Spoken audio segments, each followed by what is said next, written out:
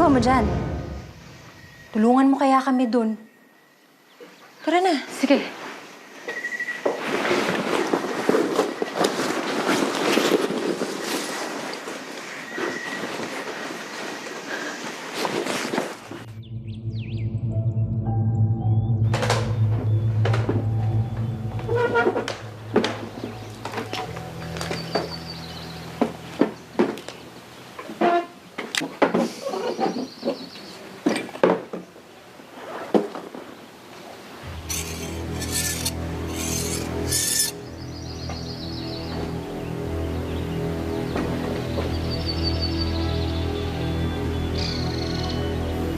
Ano iingay na yun?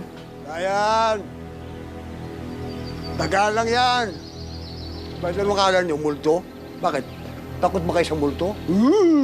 Di ako naniniwala sa multo ng mga patay, Mang Ringo. Hindi lahat ng patay ang nagmumulto, Dante. Minsan, yung mga laalang umangat-ngat sa ating buto. Lahat tayo may ganun, Utoy. Ano, Carmen? Kumusta na yung ID natin? Okay naman ho. Huwag lang pong iilawan ng ultraviolet. Okay na po, pasang-pasa na. Galing mo talaga. Good.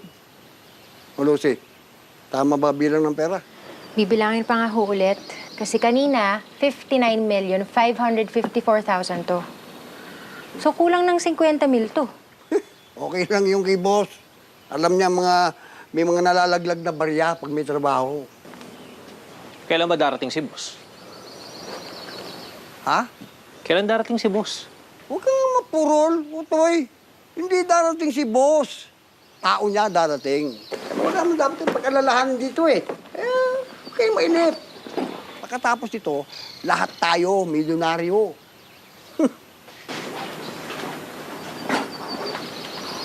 Sana kasama pa rin natin si George, no? Alam niya, pinasok niya. Isipin niyo na lang na dinonate niya sa atin yung hati niya. Kaya mahigit na tiga-6 na milyon tayo. Ha? Eh, tagki-15 milyones tayo dapat kung itatakbo na natin yung pera. Makinig kang mabuti. Alam mo yung mga kasamahan ko noon? May mga nasa bilangguan na. Karamihan, nakalibing na. Pero ako, ito. Buhay pa. Kasi alam ko kung sino ang hindi ko oonsihin. Ngayon, kung gusto mo pang tumanda, Dante, dapat matutunan mo yan. Kung minsan, para umunlad, yung mga luma, yung mga matatanda, kailangan ng gibain para makapagtayo na ng bago.